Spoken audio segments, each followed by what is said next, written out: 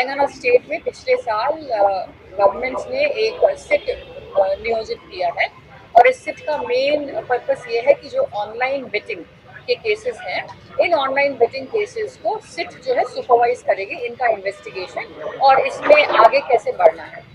Online betting case को investigate करना आसान नहीं होता है, उसमें अलग अलग लेयर्स होते हैं, अलग अलग न्यूल अकाउंट्स का इस्तेमाल किया जाता है, इसीलिए इसमें इन्वेस्टिगेशन में काफ़ी वक्त लगता है।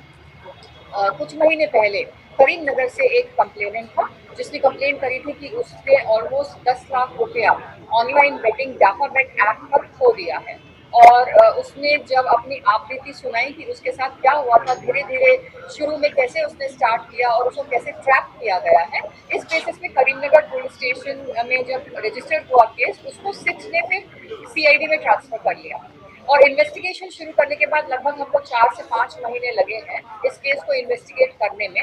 अलग अलग लेयर्स, 8 लेयर लगभग हम लोग को इन्वेस्टिगेट करना पड़ा, 46 अलग अलग न्यूल अकाउंट्स को इन्वेस्टिगेट करना पड़ा, bank transactions, phone numbers, email IDs और फिर फाइनली जाके इनके द्वारा अक्यूज तक हम पहुंच पाए। इसमें 2 मेन ऑर्गेनाइजर्स हैं जो 11 अक्यूज अरेस्ट किए गए हैं, उसमें एक अफगानी नेशनल है, 2 मेन ऑर्गेनाइजर्स हैं और इनका जो अभी हमने प्रीलिमिनरी बैंक ट्रांजैक्शन इनका जो देखा है उसके हिसाब से ये समझ में आ रहा है कि लगभग 10 लाख 8 से 10 लाख रुपया रोज इनको कमीशन के तौर पर मिलता है। तो ये बताते हैं कि ये कमीशन है 1.5%।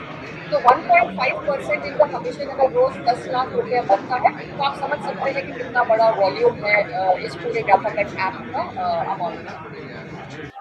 इसमें अगर और कुछ पूछना चाहें अभी जो इन्वेस्टिगेशन है और आज जिसको अरेस्ट किया वो केवल डाफाबेट ऐप के लिए। इसमें क्रिकेट पे बेटिंग होती है, इसमें कैसीनो गेम्स है और इसमें एक एविएटर गेम है उस पर बेटिंग होती है। नहीं, बाकी सब इंडियन।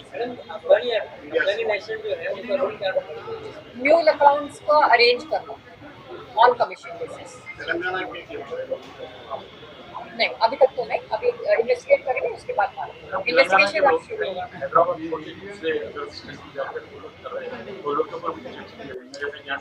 मैं केवल ये बोलूँगी इस मामले में कि बेटिंग किसी भी प्रकार से एक अच्छी आदत नहीं है, तो इस आदत को छोड़े। आप भले तेलंगाना में खेले, कहीं और जाके खेले, आपका पैसा डूबना ही है।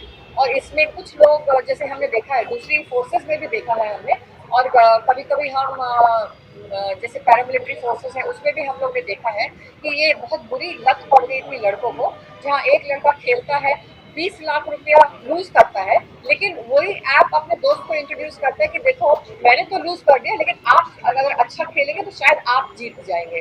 तो वो दूसरे लड़कों को इंट्रोड्यूस करता था ये ऐप्स पे खेलने के लिए, और फिर दूसरे लड़के भी 10-10, 20-20 लाख रुपए लूज करते थे। तो जो ये कार्मिक वर्ग है, जो एम्प्लॉइज हैं, इनके पास इतना पैसा नहीं होता है कि ये लाखों रुपया सिर्फ इन बेटिंग में अपना इन्वेस्ट करें। तो मैं सिर्फ ये रिक्वेस्ट करूंगी सारी पब्लिक से कि बेटिंग ऐप से दूर रहिए। इस पे इन्वेस्ट करना, इस पे गेम्स खेलना, ये अगर आदत बन गई है, अगर आपको लत लग गई है, आप इससे बाहर आ जाएं, क्योंकि इसमें ओवर द लॉन्ग रन, शुरू में हो सकता है आप थोड़ा पैसा जीत जाए, लेकिन over a long period, long run, आप सिर्फ अपना पैसा खोएंगे।